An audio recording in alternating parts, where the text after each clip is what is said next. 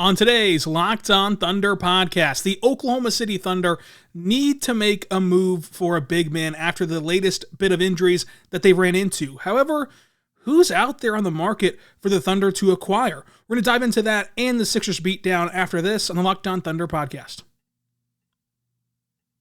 You are Locked On Thunder, your daily Oklahoma City Thunder podcast. Part of the Locked On Podcast Network, your team every day.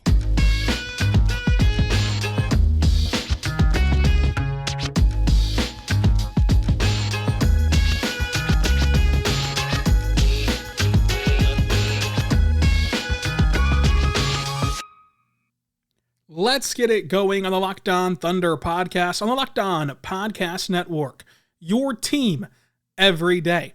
I am your host, media member and editor-in-chief over at thunderousintentions.com, Rylan Stiles. You can follow me on Twitter at Rylan_Stiles. Follow the show on Twitter at LOThunderPod. Email the show, LOThunderPod@gmail.com. On today's show, brought to you by PrizePicks, we're going to dive into the Oklahoma City Thunder needing a big man, the loss to the 76ers, and the start to Jay Will's NBA career with extended minutes for him. SGA had a rough night against Philadelphia, but Josh Giddey had his most effective month of his career. Today's show is brought to you by PrizePicks. First-time users can receive 100% instant deposit match up to $100 with the promo code LOCKEDON. That's PrizePicks, promo code LOCKEDON. So, let's start this recap podcast, which is going to lead us into the topic of the Thunder needing another big man with our game overview, that we always do. Thank you so much for making us your first listen every single morning. Every single day we're here for you, talking Thunder basketball. For the Thunder, it's just the injury bug. It's Chet Holmgren out for the season. It's Ousmane Dieng out for another month. It's JRE out for an extended period of time, weeks to weeks. And then Poku out 6 to 8 weeks, at least. That's before his reevaluation date. And then in this one, Aaron Wiggins just is nowhere to be found. Did not play, coach's decision, just did not play in this game. The Thunder starters were SGA, Josh Giddey, Lou Dort, and the Jalen Williams. There was a lot of garbage time in the fourth quarter, so we're not going to do the whole who had the 5 most minutes. No James Harden, not even on the bench in this game, by the way. No Therese Maxey, no PJ Tucker, and the Sixers still just absolutely obliterate the Oklahoma City Thunder. It was not even close. I mean, getting within 17 points felt huge in this game. That's how much the Sixers ran away with this one from start to finish. And the big story of the night is the Thunder needing a big man. And I get it. I mean, it is frustrating to watch the Thunder, who were so promising just a week ago, and see them struggle against Charlotte, where Charlotte only misses 2 shots at the rim, and see them get beat down by Philadelphia with really no shot to win. And I agree that Oklahoma City needs a big man, but let's lay out the entire picture before we just start spouting it off and complaining. The reason the Thunder need a big man is not about winning game to game. It's not about pushing all in. It's not about getting to the play-in. It's not about making that big-time blockbuster move to tie up the roster. It's not about any of that. To me, getting a big man is another form of committing to player development. Because players cannot operate with the lack of offensive ability of Darius Bazley, of Jay Will, and inconsistent Mike Muscala minutes. Like, they cannot operate under these circumstances. It makes everybody worse. It doesn't allow you to evaluate everybody in the proper context. So if we can agree that Darius Bazley is not fit to be a big man and not fit for the Thunder roster, really, and then we can agree that Jay Will is still young and is still not ready for the workload the Thunder need him to perform under, given the circumstances of these injuries, that takes 2 bigs out of the way right there. Muscala is the oldest player of this Thunder roster, and with that comes inconsistency because it's night in and night out that you don't know when he's going to have it versus not. And of course, shooting is very volatile. So offensively, just whenever you rely on 3-pointers, some nights you're hot and you score 17 points, like on Tuesday. Some nights you go 1 for 6, like tonight against Philadelphia. So you take those 3 away and say, yeah, they're not going to cut it. Now you're down to Kenny Hustle at the 5, which makes him worse and also makes the team worse. Because him and Eugene Omoruyi, they're not big men. And so this makes the team worse on both ends. You're having a triple team Joel Embiid because there's just no one size-wise that can match up with him. And it's not just Embiid. I get that Embiid's an all-world player, but it was Mark Williams last game. It was Mark Williams. Since the Thunder lost Poku, which then put them behind the 8 ball by not having Poku, not having Jerry, not having Chet Holmgren, bang, bang, bang, all your sinners are gone. They've given up 66 points on Thursday to the Hornets, and that same exact number, 66 points in the paint on Saturday against the Sixers. So if we can agree that there's flaws when you play Bazley, there's flaws when you play J. Will, there's flaws when you play Muscala, who playing drop coverage in this game was still inconsistent on the defensive end, but again, it's a tough matchup against Embiid. And there's flaws when you have Kenny Hustle be at the 5, both for himself and for the players around him, and that Eugenio Murray is not a big man. If we can agree on all those facts, there was quite literally not another person on this roster whom you would even consider to play at the 5. And with Pokusevski, the reason I'm trying to make this move for the Thunder and get them a big man, in this hypothetical world, it's not as though you can just wait it out, because wins and losses still are not the priority of this season, in my opinion. The priority is still development. And the wins and losses are great, and I hope that they continue to pile up, and I want this team to make the play-in. I think that that'd be really cool if this team in the play-in, forget about the lottery because you have Chet Holmgren, and you're able to see this team develop. Because if they do make the play-in, in this specific season, like the play-in this year is not some downtrodden tournament. It's not some NIT, right? This is the big dance the tournament, the play-in tournament is, because of how good everyone else is. Compare the records at the same exact time of January 2nd, the 15th, the 10 seed last year's record versus the 10 seeds this year's record. Compare those two things and so on and so forth since the play-in tournament has been conceptualized. This year, it's on pace to have the best record at every slot that it's ever had. So, like, to get to that point, it means that this young team came together and won a lot of games. And they're going to get Chet Holmgren back next season. So, like, I think that the play-in's a great thing. I also think that, having a better chance to get Victor Wembanyama is a great thing. So I think that no matter what path this season goes down, it's going to be a great thing. But the reason I'm saying to make this move right now, it's not solely focused on the play. It's not solely focused on winning. It's because you can't just sit on your hands and say, well, it gets you closer to Victor Wembanyama, and eventually it's going to be all better. It's not going to be all better eventually because Pokusevski is 6 to 8 weeks away from being reevaluated. That's not returning. That's just checking up on him. Ousmane Dieng is a month away from playing again, and he's not a center.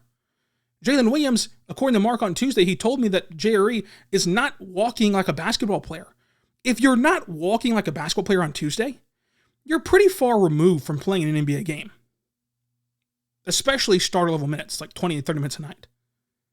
So when you watch this team give up only 2 missed shots at the rack on Thursday, and that the worst offense in the NBA, the Charlotte Hornets, dropped 121 points, and you see the Sixers, who don't have Tyrese Maxey, who don't have James Harden, and Embiid was triple teamed, so he had an inefficient night, but still got you 16, 13, and 10, drop 115 when the entire game was garbage time, pretty much. I mean, again, it felt big that the Thunder got within 17. That felt big. And you're giving up back-to-back games of exactly 66 points in the paint. Something needs to happen. Because J. Will, in 2 starts, has not made a single shot from the floor. He's scored 1 point, and he's refusing to pull wide-open threes. So teams can defend the Thunder just as if Andre Robertson was out there. Like, this is the same way. And it hurts everyone else offensively. Everyone else. Shea, and so on and so forth down the line. And make no mistake, J. Will's the guy that I have hope for in the future. I love watching him play in the G League. And in the G League, it started the same way. He didn't pull those open top-of-the-key threes. He waited around for a dribble handoff. He waited around for a handoff or to set a screen and just get the ball out of his hands or try to make a play as a playmaker. But these last few weeks in the G League, he started to get more into a groove of just shooting the three. If you're going to leave me that wide open, I'll shoot the three. And they've gone down a lot for J. Will. At least a respectable number to where it changes how the defense has to play him. However, for J. Will, it appears so far, we've only seen him for a handful of games, both with the Blue and the Thunder, but it appears so far he takes a bit to get acclimated with his surroundings.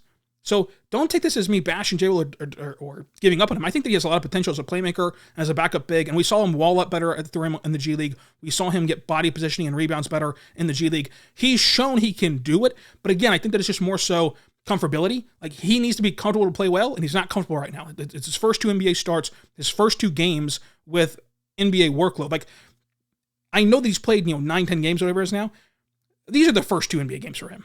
Like, those other games were 3 minutes here, 2 minutes there. These are the first 2 NBA games of his career. He's obviously not going to adapt in that quickly, so to say. So I still think that long-term, Jay Will is a good project. But as of right now, he hurts you a lot. He hurts you a lot at the NBA level. Muscala, he had 4 points in this game and fouled 3 times playing drop coverage. Baisley is awful with decision-making, which hurts everybody and is not the type of brand of basketball you want to play. Kenny Hustle has his 2 worst games these last 2 games where he's trying to play the 5, and it's just not for him. It's just not. Especially not in heavy doses. So I'm not saying going to huge move. I'm not saying go make a trade that gets you some future center, the center of the future, some future starter. Just make a move that allows you to play competent basketball on both ends of the floor of a center who's under contract control for a year or 2 or whatever. And even a guy that's easy to get off of, but just is a better fit for what you want to do the rest of this season. Because that's what you got a game plan for, is the rest of the season. I know that there's a reevaluation date for Poku in 6 to 8 weeks. Looking at where that puts you, 6 to 8 weeks from now, that's going to be tough to ramp it all back up. And I hope he does, because he's having a great season, and I think that he will. But again, you've got to be prepared for all possible outcomes. Jeremiah Robinson-Earl not walking like a basketball player, at least says he'll be out for another 2 or 3 weeks, I would imagine, to get ramped back up. So you've got to make this move to not throw away these next 2 to 3 weeks, not from a winning standpoint only, but also from a developmental standpoint, because nobody's getting better playing under the current roster construction. Nobody is. But coming up, who is available for the Thunder? It's easy. It's easy to go out there and spout out that they should go get a big man, but how? What's the pathway to acquiring a big man? Anybody can take the reservation. It's holding the reservation that matters. And what also matters is going to PrizePicks, because PrizePicks is incredible and it's there for you. Download the app or go to PrizePicks.com. Whenever you go there as a first-time user and use the code LOCKEDON, you get a 100% deposit match up to $100 on your entry. You can win up to 25 times your entry on any given entry. It's so fun to do. You pick 2 to 6 players. This is all it is. You pick 2 to 6 players and you guess if they're going to score or assist or get more yards in football or get more rebounds over or under more or less than their PrizePicks projections. And if you're right, you can win 25 times your money on any entry. It's not competing against others. It's not about you versus somebody else. It's just you versus the projected numbers. Because a lot of the times, if you play in these random pools, you're going to face off with people who study this fantasy stuff for a living. And so, of course, they have a huge advantage over you. But with PrizePicks, it's kind of no pressure. It's just you versus the projected numbers. You either win or you lose based upon if you predicted something right. PrizePicks offers projections on any sport that you watch, including NBA, NHL, NFL, MLB, PGA, college football and basketball, women's college basketball, soccer, WNBA, esports, NASCAR, tennis, MMA, boxing, disc golf, Eurobasket, cricket, and more. So go right now. Entries can be made in 60 seconds or less. It's that easy. It's safe and offers fast withdrawals. Currently operational in over 30 states and Canada. So go right now. Download the PrizePicks app in PrizePicks.com. Use the code LOCKEDON, 100% deposit match guarantee up to $100. PrizePicks is where you want to be right now. We're back on the Locked On Thunder podcast, on the Locked On Podcast Network, your teams every day. I am your host, Rylan Stiles. Thank you so much for making us your first listen every single morning, every single day. We're here for you, talking Thunder basketball. Subscribe for free across all podcasting platforms. So, we can get really fired up.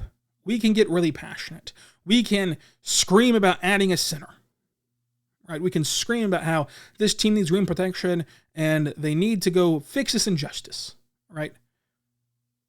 But is there a logical pathway for them to add down low? So, again, I don't think that the Thunder should go get someone who they would deem a center of the future, especially those trades just are hardly ever pulled off in season. Those are more of off-season stuff. So now you're down to guys who are on a 2-year deal, on a 1-year deal, and reclamation projects or young guys who just haven't worked out in their spot for whatever the reason, which brings you down to the Darius Bazley type of players. Who would be better, Darius Bazley or Darius Daisley. I think I said his name wrong both times. I don't know. Anyway, it brings you down to players who their fan bases feel the way about these guys that you feel about Darius Daisley, where they might do a couple things right, like Daisley plays really good defense, 1 through 5, switchable, all that versatile stuff. But they do a lot wrong where fans are just kind of out on them. So those are the kind of players available right now. But they still can make things work, or at least give you a shot to make things work better than your current roster. So the 2-year deals, but they're easy to get out of, and they're worth a flyer to me, are Mo Bamba and Darren Sharp. The 1-year deals would be Nerlens Noel. Hassan Whiteside's a current free agent, so whatever. But I don't want to bring Whiteside into this environment for the Thunder. From just everything that you hear about Whiteside, it's not great in terms of meshing in a locker room. So I think that we can rule out Whiteside, but he's kind of the only good free agent out there that you could reasonably grab right now, as Dwight Howard's in Taiwan, I believe. But let's break down these young guys: Mo Bamba, Sharp, and then throw in Nerlens Noel still. Who cares? So for Darren Sharp, he's played in 18 games this year, averaging 3 points and 3 rebounds. He's played 4 NBA games the entire month of December. Pretty clear that the Nets are not in on him anymore, don't really care about playing him right now, and probably don't have a pathway to ever play him. So the price for Darren Sharp would not be high. It would not be significant. You could probably get him for a couple seconds, I guess, or whatever the trade works out. Of course, you got to match salaries and stuff, but still, whatever the trade is, it's not much. Like what you're losing, you wouldn't even feel. It would be like a billionaire losing a single dollar bill in a McDonald's parking lot. They won't even notice. It's just vanished. That's the give you have to do to get Darren Sharp. Is he worth it? Does he fit the play style? Again, he's on a 2-year deal that you can easily get out of. So worth it is subjective in terms of whatever you give up that I don't think will be necessary. So yeah, it's worth it. Does he fit the play style is a more interesting question. I think that he, of course, makes you better at defending the rim. Offensively, I'm not sure that he fits with what the Thunder want to do. I don't think he fits with what the Thunder want to do, but at least offensively, you get better defense with at least a better offense, and there are some aspects that you can really see him help others. J-Dub, Josh Giddey, Trey Mann. In the pick and roll with Darren Sharp, where he's kind of a lob threat for them, and he can kind of attack and put pressure on the rim, all 3 of those guys can really get complemented by that. His screens, creating space for SGA. Those are ways that he can make offensive players better for the Thunder that they don't have right now. And you get to look at a guy who, if somehow the stars aligned, and if somehow this trade not only happens, but we sit back in a couple of years and it ends up working out to perfection, he's only 21 years old. This could be another Sam Presti heist if you get him for a second in Darius Daisley. And for the Nets, you're not playing this guy anyway. Darius Daisley can switch 1 through 5 defensively. You have the firepower offensively when it comes to a half-court game in the playoffs to get away with maybe playing Daisley in the playoffs because he can switch 1 through 5 defensively. And you have Kyrie and KD and all these guys to get you buckets in isolation on the other end. And then, of course, a change of scenery. Who knows what that can do for Daisley? Who knows? Again, the return and the trade would not matter for Sharp. It's about if you would want him or not. The more interesting player is Mo Bamba. So Mo Bamba has played 30 games this year for the Magic. He is averaging 8 points and 5 rebounds. And I think every Thunder fan would just throw him out as a name that they would want, considering the circumstances of this team. And I would love Mo Bamba. I would love Mo Bamba both as just a fan of going to every single home game and watching Mo Bamba warm up and watching him play. It'd be awesome. But also, I think that Mo Bamba can really rejuvenize himself in Oklahoma City, if you will, take an even better step than he already has in Orlando. The problem becomes, what does Orlando want to or need from the Thunder in return to give up a guy that's a 7-footer, 7'10" wingspan, can deter the rim a little bit, and is competent offensively? And again, these trades are not to heavily impact the future of the Thunder, but still, Mo Bamba is a guy that if he were to pan out, he's only 24 years old, averaging 8 points, 5 rebounds, 1 assist, and a block per game. He's shooting 50% from the floor and 37% from 3 on 3 attempts per game, which is almost a career high for him. His best year was last year, where he shot 38 from the 3-point line on 4 attempts. I would do a Mo Bamba trade right now. But again, what does it take to get Mo Bamba? And then the last one is known as well. 7 games played this year. He's had averaging 1 point and 2 rebounds per game. He's a DNP CD since the November 18th mark of the calendar. I don't think the Pistons and Troy Weaver want anything for Nerlens Noel. Like, I think that you can give him a a top 55 protected second round pick and get Nerlens Noel. But the thing is, number one, it'd be funny just because Troy Weaver and Sam Presti do have history. But even though he's an expiring deal after this season is over, so you can clear that roster spot out. He is owed $9.2 million this year, and then you can easily just decline his $9.6 million club option, which is what's going to make him a free agent following this season. Noel, you're familiar with him. He played for the Thunder before. If you brought him in, that means that Sam Presti liked what he brought on and off the floor for the Thunder, and less, on the floor now. He's not going to be some stud player, but again, it's about competency, not necessarily being a stud player. And so if you brought him in, you know that he wouldn't be a problem in the locker room. You know that he'd just kind of do his job because you've had prior experience with him. And so to bring him in, that means that the Thunder and Sam Presti signed off on that and that they agree with that statement. So, which we don't know if they do or don't right now, but if they did, it would mean that. As well, fine flyer. But these are the names. And none of them really move you. Mo Bamba would get a lot of hype and excitement if it happened, but none of them truly move you. So what do you have to give up to these teams? Well, you have a mountain of draft picks, but do you really want to expend one of your future first? And I know it sounds like you're just hoarding them at that point, but do you really want to expend one of your future first on Nerlens Noel or Darren Sharp? Heck no. And then Mo Bamba, you can talk yourself into. The only real player asset you have is Darius Bazley, and again, it's just a trap that we fall into as fans of certain teams. Oh, this guy's terrible. Trade him away. Well, if you think he's terrible, he has zero value. So, if you think he's terrible, other teams will think he's terrible too, and they won't kind of value him. With Bazley, the difference here is for him, while he won't net anything significant, the key part is the way that coaches and GMs view the game and how competitive they are and how kind of confident they are. With Bazley, you've already seen that elite level defense that can switch 1 through 5, which is very hard to do. And then coaches and GMs might look at him and say, look, the price is so low on trying to buy in on Bazley right now that if we were to buy in, I can get this guy to conform to my system. I can put him in a better spot to execute. A change of scenery in my system as just kind of this true big man that rolls to the rim.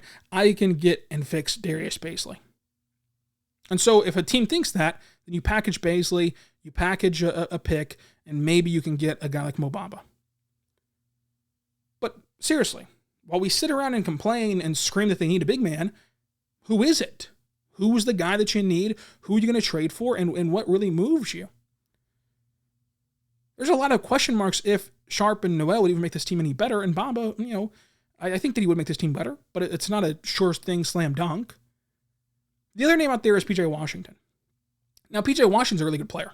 And he's only 6'7", but he plays bigger than he is. He averages 15, 5, and 2. And when I see PJ Washington, I see what I thought Darius Bazley would be. I wrote an article the day that Bazley was drafted and said, look, go look at his high school stuff. This is exactly what the new era of Thunder basketball is going to be. It's going to be this 6'9" guy that can handle, that can pass, that can play make, that can catch a rebound off the glass on the defensive end and go in transition. It's going to be someone that can score at all 3 levels, and none of that came to fruition for Bazley, at least in Oklahoma City, except for the defense. And PJ Washington plays bigger than he is on the defensive end for being just 6'7", and keeps that versatility, keeps a much better offensive boost, and maybe it's something you can get away with considering he averages 1 block per game on 15 points, 4 rebounds, 4.8 rebounds, so call it 5, and then 2 assists. He shoots 34% from 3 on 5 attempts. You lower those attempts, maybe it becomes more efficient, and then 42% from the floor. PJ Washington would be a great choice for the Thunder in terms of trying to fill this role. He's also 24 years old, so if he continues to play very well, then you can re-sign him after the year's over as a restricted free agent and keep it rolling. But that brings up a whole nother can of worms of why Charlotte would get rid of him, why they wouldn't just resign him to an RFA deal. And then if you do resign him, now you've got that roster crunch situation coming up again in the offseason. Those are the names. Who do you want? When you tell me that the Thunder got to go get a big man, when you tell me that it's Sam Presti's job to go fix this roster due to injuries and go get a big man, who is it? Who is it that you want? We'll talk about more of this coming up, including the overall game against the 76ers. But first, I want to tell you right now, better good friends over at Built Bar. Built Bar is a fantastic protein bar that tastes just like a candy bar. Go to BuiltBar.com. Use promo code LOCK15. Get 15% off your next order. Built Bar is a protein bar, but it tastes like a candy bar. You can use it pre-workout, push-workout, even as a meal replacement or a snack. They're filling. They're delicious. They're great. The Built Bars are only 130 calories, 4 grams of sugar, and a whopping 17 grams of protein. And they have so many great flavors, including my personal favorite, which is going to be the Snickerdoodle Chunk Built Puffs. Fantastic. But they have Snickerdoodle Chunk, which I love Snickerdoodle. They have chocolate peanut butter, chocolate coconut, granola duo. They have cookies and cream, cookie dough. They have white chocolate peppermint. They have coconut brownie batter. They have coconut marshmallow. They have a churro flavor. They have double chocolate, mint brownie, cherry barcia, salted caramel. They have so many great boxes. You can just get a variety pack box and just try them all out and see which ones you like and then reorder the ones that you love. Check it out. You can also build your own box. So if you know that you love 2 or 3 or 4 flavors, you can just build a box around those flavors that you already love. Go check it out today. Built.com, promo code LOCKED15. We're back on the Locked On Thunder podcast, on the Locked On Podcast Network, your teams every day. Thank you so much for making us your first listen every single morning, every single day. We're here for you, talking Thunder basketball. For your second listen, check out the Game to Game podcast. The Game to Game podcast is incredible and wraps up the day of the NBA from the night before on the Locked On NBA feed. So, first, let's address haircut gate. So if you were watching on YouTube, you should go over and check out YouTube to see the haircut. But if you're watching on YouTube, you've noticed a dramatic change in the hair. Mark also did. So Mark Daigneault walked into his press conference on Saturday, turns over, looks as he walks in the door, and goes, wow.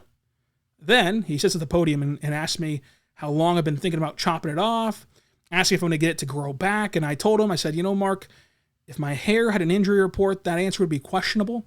And then he did set me straight. Well, look, then whenever I give you cryptic answers, you can't get mad because you did the same thing. And that's fair.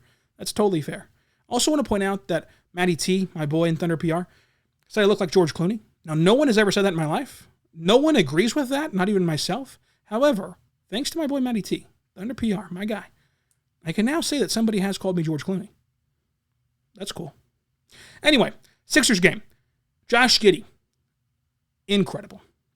So we've been asking these head coaches, especially the former guards, what they think about Josh Giddey. And he said that Giddey is super impressive, plays with flair, makes teammates better. But the thing that stuck out to Doc Rivers was that Josh Giddey played in Summer League last year. And he even went as far to say there were other players in street clothes who did not have the season that Josh Giddey had as a rookie that did not play in Summer League. And so it stood out that Josh Giddey played in Summer League. So I asked Josh Giddey about that. And he said that he advocated to play more. Like, he said that the plan was for Josh Giddey to only play in Salt Lake City, but he asked Sam to play in Vegas, and then after his last Vegas game, he texted Sam Presti and said, please let me play, please let me play. He wanted more experience with the new guys, and it's paid off with J-Dub. Like, there are certain passes that Josh Giddey's made to J-Dub that just does not work without that chemistry and timing and development of understanding when and where somebody's going to cut and when they're going to be, where they're going to be at, how fast they're going to get there, stuff of that nature. So it's worked out with J-Dub, and let's see it work out with Chet Holmgren, because in the Summer League, they were both best with each other on the floor. So it was interesting to hear about that side of things for the Summer League aspect. But in the real season so far, Giddey's been awesome. And in this game specifically, 20 points, 60% from the floor shooting, 1 for 3 from 3, 9 rebounds, only 2 assists, but they should have been so much more. A steal, a block, only 1 turnover in 31 minutes. Should have had more assists, but let's look at Josh Giddey's overall December. In the month of December, Josh Giddey averaged 15.8 points, just call it 16, 9 rebounds, 5 assists per game. He shot 49% from the floor and 43% from 3 and shot 90% at the free throw line. This is by far his most efficient month of his career, and Giddey was great in December. Really has adjusted well to the NBA adjustments after a mildly slow start that was kind of far overblown. J-Dub knocked down a couple threes in garbage time, which helped his stat line look good, but he still played well. 17 points, 3 rebounds, an assist, a steal, a block, 60% from the floor, 3 for 4 from 3. I asked him about his putbacks because he ranks in the 95th percentile in synergy in putbacks, and he said it's a bit of luck, but also understanding where the ball is going to come off the rim whenever certain guys are shooting from being around them and knowing, hey, this guy misses long or this guy misses short, this guy misses left, whatever it is, and understanding that to go get those putbacks. SGA had the worst game of his career. No legs, lacked energy, as the whole team did.